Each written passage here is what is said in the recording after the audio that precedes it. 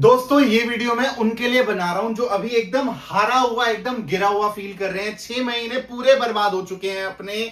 सितंबर का महीना भी ऑलमोस्ट पूरा बर्बाद कर दिया है। अगर आपको इस वक्त ऐसी फीलिंग आ रही है, ये वर्ड मैं यूजुअली यूज करता नहीं हूं, but if you are feeling like a loser तो आपको ये वीडियो एंड तक देखना चाहिए। ये वीडियो आपके लिए है। आपको वीडियो के एंड तक समझ आएगा कि यहां से भी आप उठ के भाग सकते हो यार, और अक्टूबर ऑनवर्ड्स भी आप लोग ऐसा परफॉर्मेंस दे सकते हो जो सबको चौंका देगा। चाहे आपका हाफ ईयरली बर्बाद हो गया हो दोस्त, चाहे आपको अभी कुछ नहीं आता, यू आर एट जीरो, कुछ भी नहीं आता, एक दो चैप्टर पढ़े हैं वो भी ढंग से नहीं आते, चलेगा। मैं कह रहा हूं दसों और प्रॉब्लम है आपकी जिंदगी में, ब्रेकअप हो गया हो और बहुत सारी कोई फैमिली प्रॉब्लम चल रही हो, कोई फ्रेंड से रिलेटेड प्रॉब्लम चल रही हो, सब चीजें पीछे छोड़ के हम लोग अभी भी अच्छा परफॉर्म कर सकते हैं। अभी इस टाइम पे तुम्हारे दिमाग में दो बातें चल सकती हैं। पहली बात ये हो सकती है कि यार 6 महीने ऑलरेडी बर्बाद हो गए हैं, बचा हुए टाइम में मैं क्या ही कर लूंगा, तो चलो उसको भी बर्बाद कर देता हूं, पूरा साल बर्बाद हो जाएगा। मतलब हमने ना हार एक्सेप्ट कर ली है और ये सोच रहे हैं कि अगले साल सर दोबारा 12th दे दूंगा। तो शायद ऐसा भी कुछ बच्चे सोच रहे होंगे, और कुछ बच्चे ये भी सोच सकते हैं कि बस अब और नहीं भाई, अब और नहीं, और बर्बादी नहीं होने दूंगा, ना टाइम की ना अपने ड्रीम्स की, और यहां से भाई मेरे को सक्सेस मांगता है, सक्सेस चाहिए। तो सबसे पहले अगर तुम इस थॉट को रखते हो, प्लीज ऐसा आपको नहीं सोचना है। अभी भी आप यहां से अगर ये सोचोगे कि बचे हुए टाइम को मैं अच्छे से यूटिलाइज कर लूं, थोड़ा सा सेल्फ बिलीफ रखोगे, तो बेटा अभी भी कहानी चेंज होगी। लेकिन इसके बाद अगर आप ये सोच रहे हो कि अक्टूबर भी बर्बाद कर देता हूं, नवंबर भी बर्बाद कर देता हूं, एग्जाम के 1 महीने पहले पढ़ लूंगा बेटा, तो आपका पास होना भी बहुत डिफिकल्ट हो जाएगा। लेकिन यहां से अगर सुधर लिए तो अभी भी 90% 95% के चांसेस हैं। अब मैं वही बताने वाला हूं करोगे कैसे। तो देखो यार, कुछ कॉमन गलतियां तुमसे हो रही हैं, तुमको सबसे पहले ये गलतियों को मैं बता रहा हूं क्योंकि इन गलतियों को इंप्रूव करके ही अपन लोगों को आगे बढ़ना है, और हम लोगों को कंसिस्टेंट रहना है, स्ट्रैटेजाइज करना है। तो सबसे पहले कौन कौन सी ये कॉमन गलतियां हैं, ध्यान से सुनना, और मैं एंड में तुम लोगों को सारी बातें ना एकदम समराइज करके बताऊंगा, तो इसलिए वीडियो को एंड तक जरूर देखना। सबसे पहले चीजें कल पे छोड़ना। मेजॉरिटी बच्चा ये गलती कर रहा होगा। अगर आप इस वीडियो को यहां तक देख रहे हैं, यानी कि अगर आप ऐसा समझते हैं कि अभी तक मैंने टाइम बर्बाद किया है, तो इसका सबसे बड़ा रीजन यही है कि आप चीजों को कल पे छोड़ रहे होंगे कि सर कल कर लेंगे यार, सर परसों कर लेंगे यार। ये पक्का हो रहा होगा। अंग्रेजी में इसी को ही प्रोकास्टिनेशन बोलते हैं। ये बहुत गंभीर समस्या है और इस गंभीर समस्या का समाधान निकालना पड़ेगा अपने को, वरना आगे आने वाला टाइम भी हमारा बर्बाद होने वाला है। उसके बाद सब कुछ रैंडम चल रहा है यार, कुछ प्लान्ड ही नहीं है, कोई रूटीन ही नहीं है। सर मेरा कोई एग्जाम होता है स्कूल में कि बोल देते हैं यार ये वाला चैप्टर का टेस्ट होगा, तो मैं उस पे बस थोड़े से सवाल देख के चला जाता हूं और टेस्ट में बैठ जाता हूं ऐसे ही रैंडमली जाके। तो तुमको ऐसे पढ़ाई नहीं करनी है। ऐसे पढ़ाई से बेटर है कि मत ही पढ़ो, फुल मौज काटो।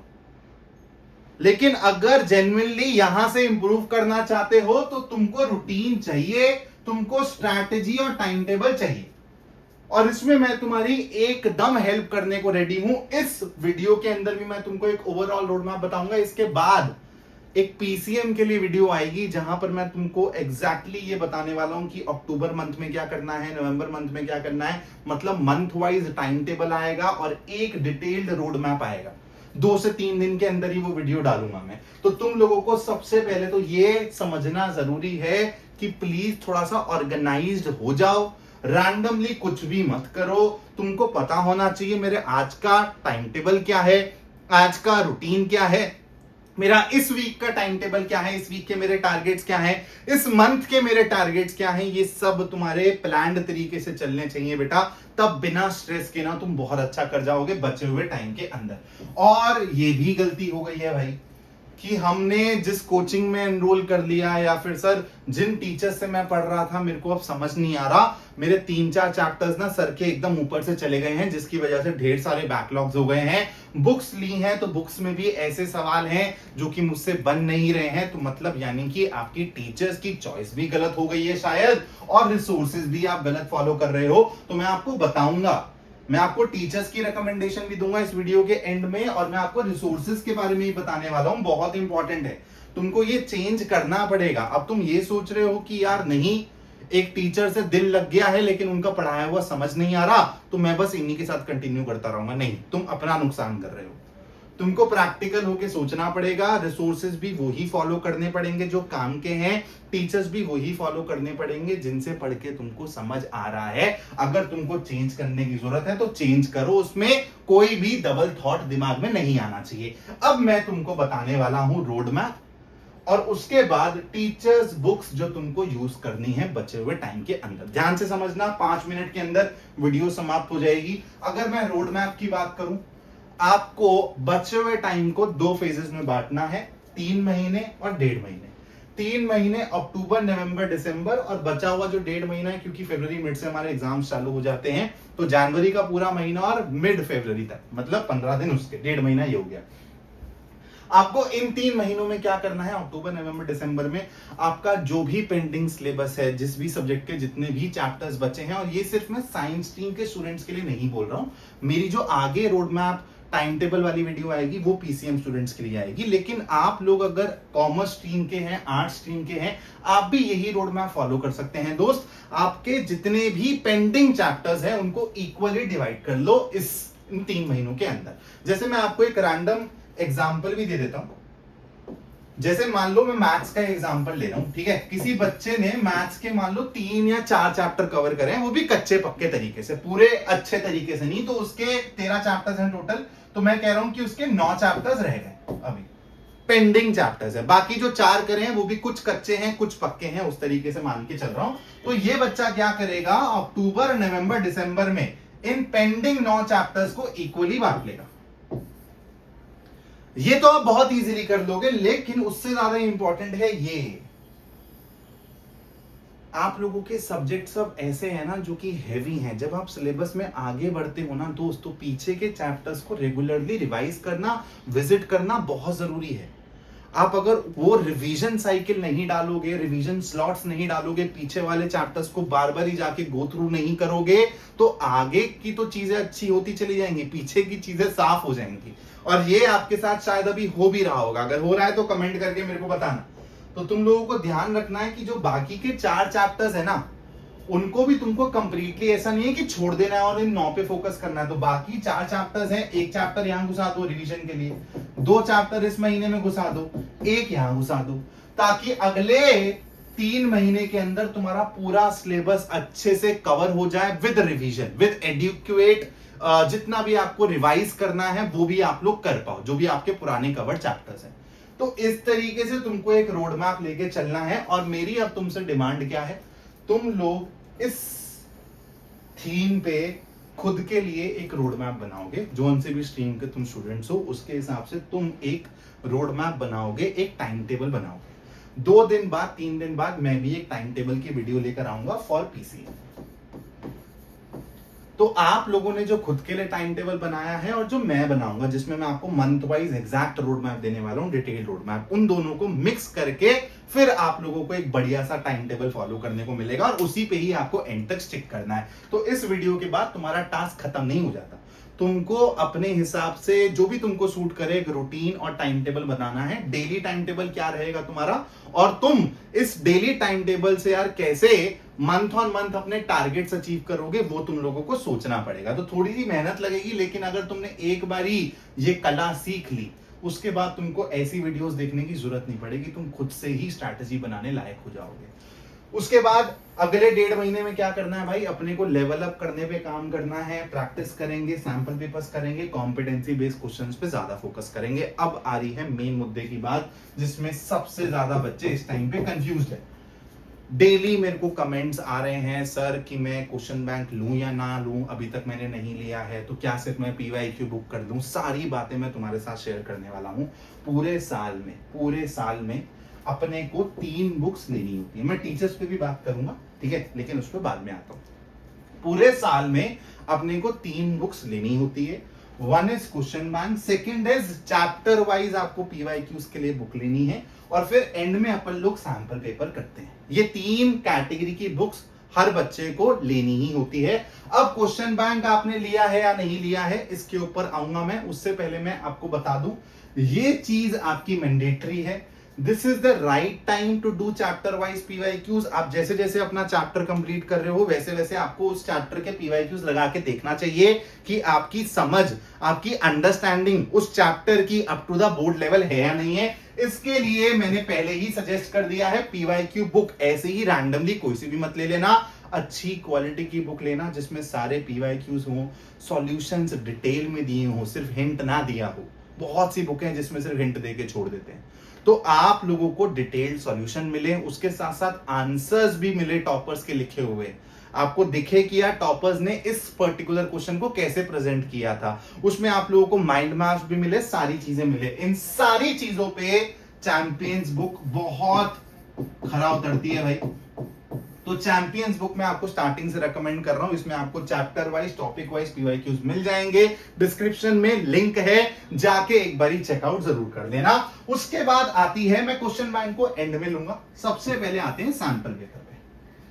सैंपल पेपर लेने का सही टाइम अभी है या नहीं, यही आपके दिमाग में चल रहा होगा। सैंपल पेपर आप अभी भी ले सकते हो, ऑनेस्टली 1 महीने बाद भी ले सकते हो। अभी लेने के 2 फायदे हैं, लेकिन एक, अभी आपको सस्ता मिलेगा।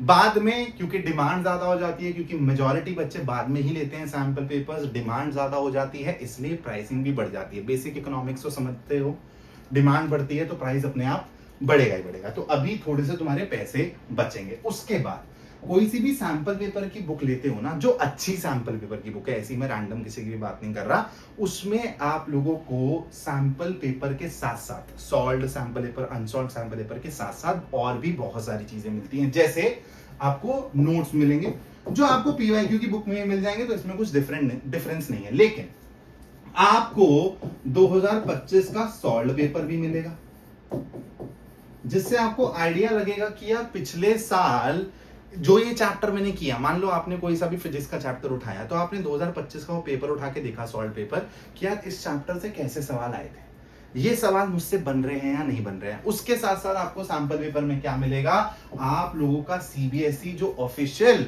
सैंपल पेपर रिलीज करती है, सीबीएसई का ऑफिशियल सैंपल पेपर, वो भी आप लोगों को मिलेगा। तो आप जैसे ही चैप्टर्स रेडी कर रहे हैं अभी, आप अपने ऑफिशियल सैंपल पेपर में भी जाके क्वेश्चंस को जरूर क्रॉस चेक करिए। तो इसलिए सैंपल पेपर अभी लोगे तो तुमको फायदा ही होने वाला है, नुकसान कुछ नहीं होने वाला है। लेकिन ध्यान रखना, sample paper should be a standard sample paper. Sample paper ऐसा होना चाहिए जो एकदम एक्यूरेट लेवल का हो, as per recent trend, as per recent papers. ऐसा ना हो कि बहुत आसान पेपर हो, जो कि बहुत सारे सैंपल पेपर्स में है, कि वो इजी पेपर्स डाल देते हैं, उससे बच्चे का कॉन्फिडेंस एकदम 7वें माले पे चला जाता है, लेकिन वो कॉन्फिडेंस चकनाचूर हो जाता है जैसे ही बच्चा एग्जामिनेशन हॉल में जाता है। तो आप लोगों को कौन सी बुक फॉलो करनी है, स्कोर मोड। इसका भी लिंक आपको डिस्क्रिप्शन में मिल जाएगा। 15 सैंपल पेपर मेन सब्जेक्ट्स के करने मैंडेटरी हैं। तो जो मैं ये बुक बता रहा हूं, ये सारे पैरामीटर्स पे खड़ी उतरती है, चाहे आपके 15 सैंपल पेपर की बात हो। उसके साथ साथ इंटरनल स्ट्रक्चर बुक का बहुत अच्छा है, ठीक है, मैं आपको पढ़ के भी बता देता हूं। इसमें आपको ट्रेंड एनालिसिस मिलता है, 2021 से लेके 25 तक के सारे पेपर्स का ट्रेंड एनालिसिस मिलेगा, ताकि आपको पता चले कि यार कौन से टॉपिक्स से ज्यादा पूछा जा रहा है, कौन से टॉपिक से कम पूछा जा रहा है। Latest CBSE sample question paper मिलेगा, फॉर्मुलेज एट ग्लांस मिलेंगे, यहाँ पे स्कोर प्रिडिक्टर है with each sample question paper. और देखो यार, कंसाइज सी बुक है और एज पर लेटेस्ट पैटर्न है। और जब आप एक एक पेपर लगाओगे ना, तो आपको एक्चुअली बोर्ड एग्जाम के लेवल वाली फील ही आने वाली है। इसलिए सबसे ज्यादा इंपॉर्टेंट है ऐसा सैंपल पेपर करना जो कि आपको 90-95% एकदम बोर्ड लेवल तक की फील दे कि यार हाँ, ऐसा ही सवाल बोर्ड एग्जाम में रिपीट होने वाले हैं, इसी लेवल के जो सवाल हैं बोर्ड एग्जाम में आने वाले हैं। उसके लिए स्कोर मोड लेनी है, तो मैंने चैंपियंस बुक और स्कोर मोड का लिंक डिस्क्रिप्शन में डाल दिया। अब अगर मैं क्वेश्चन बैंक की बात करूं, कुछ बच्चे बोलेंगे कि सर मेरे पास टाइम नहीं है, मैं इतनी बुक्स नहीं कर सकता, तो आप लोगों को पीवाईक्यू और सैंपल पेपर्स पे ही स्टिक करना है। लेकिन अगर आपको लगता है कि नहीं यार, मेरे को सर एफर्ट मारना है, मैं नहीं छोड़ूंगा कुछ भी चीज, तो क्वेश्चन बैंक भी आप ले सकते हो। लेकिन क्वेश्चन बैंक प्लीज कंसाइज लेना, जिसमें बहुत ज्यादा सवाल ना हो, चैप्टर वाइज बहुत ज्यादा सवाल ना हो, लेकिन सारे इंपॉर्टेंट सवाल इंक्लूडेड हो। मैं ऐसे क्वेश्चन बैंक का भी लिंक डिस्क्रिप्शन में डाल दूंगा। तो आप लोगों के लिए क्वेश्चन बैंक मैं आपकी चॉइस पे छोड़ रहा हूं, वो ऑप्शनल है। If you think you can manage these 3, यहां से अगले 3, 3.5 महीने, 4 महीने के अंदर आप ये तीनों चीजों को मैनेज कर सकते हो तो तीनों ले लेना, नहीं तो आप लोग पीवाईक्यूज और सैंपल पेपर पे फोकस करो। और अब मैं आ रहा हूं टीचर्स के ऊपर। मैथ्स के लिए आई एम टेलिंग यू, अगर आपने अभी तक कुछ भी नहीं पढ़ा है ना, तो आपको सिर्फ मेरी 2 प्लेलिस्ट जाके देखनी है। वन शॉट की प्लेलिस्ट जिसमें मैंने सारे चैप्टर्स डिटेल में डिस्कस कर रखे हैं, आप लोगों को बस जाके उसको बिंज वॉच करना है 30 से 35 घंटे के अंदर। आप पूरे मैथ्स के सिलेबस को बहुत अच्छे से डिकोड कर पाओगे। और उसके बाद मैंने क्वेश्चन सीरीज बना रखी है, ललकार सीरीज करके। यहां से आपको चैप्टर वाइज वो इंपॉर्टेंट क्वेश्चंस प्रैक्टिस करने को मिल जाएंगे। वैसे तो मैंने बहुत क्वेश्चन लेक्चर्स डाले हुए हैं, लेकिन सिर्फ आपको ये 2 प्लेलिस्ट फॉलो करनी है। उसके बाद अगर आपको यार फिजिक्स, केमिस्ट्री, बाकी किसी सब्जेक्ट में टीचर्स नहीं समझ आ रहे कौन से फॉलो करने हैं, तो देखो यार मैं आपको कुछ रिकमेंडेशन दे सकता हूं जैसे। और ये रिकमेंडेशन मैं कैसे दे रहा हूं, मैं स्टूडेंट्स ने जो मेरे को बताया है वही मैं आपको बता रहा हूं। मेरे जो ऑफलाइन स्टूडेंट्स हैं या फिर जिनसे मैं पर्सनली टच में रहता हूं, जो मेंटोरशिप सेशन में आके मेरे को बताते हैं बच्चे कि सर मैं इन टीचर्स को फॉलो कर रहा हूँ फिजिक्स केमिस्ट्री के लिए, मैं पूछता रहता हूँ उनसे ताकि तुम लोगों को मैं इनपुट दे पाऊँ। तो बच्चों ने फिजिक्स के लिए अरविंद सर का नाम दिया, अरविंद अकेडमी सर करके चैनल है एक, वो बच्चे बहुत फॉलो कर रहे हैं और उनको समझ भी आ रहा है। तो आई थिंक आप भी उनको फॉलो कर सकते हो, आपको समझ आएगा। केमिस्ट्री के लिए सौरभ सर हैं, सौरभ सर का तो लेक्चर मैंने भी देखा है, बहुत ही सिंपल तरीका उनका पढ़ाने का। और आई थिंक केमिस्ट्री के लिए तुम सौरभ सर को फॉलो कर सकते हो। तो ये 2 टीचर हैं जो एकदम टॉप ऑफ द हेड मेरे आ रहे हैं, क्योंकि बच्चों ने इन लोगों के नाम काफी ज्यादा लिए हैं। तो इन दोनों टीचर्स को आप जाके देख सकते हो। मैथ्स के लिए तो भाई तुम्हारे मास्टर खड़े हैं तुम्हारे सामने, ये 2 प्लेलिस्ट जाके देखो, तुम ऑलरेडी 60 प्लस वाली कैटेगरी के स्टूडेंट बन जाओगे। बुक्स का भी मैंने तुमको पूरा का पूरा बेटा समराइज कर दिया है कि तुमको अब यहां से कौन सी बुक्स यूज करनी है, बहुत ज्यादा रायता नहीं फैलाना है। क्वेश्चन बैंक तभी लेना अगर तुम इसको अच्छे से सॉल्व कर पाओ, नहीं तो पीवाईक्यू बुक और सैंपल पेपर बुक आज ही ऑर्डर मार के इन पे काम करना चालू कर दो। Thank you so much for watching this video. जय हिंद।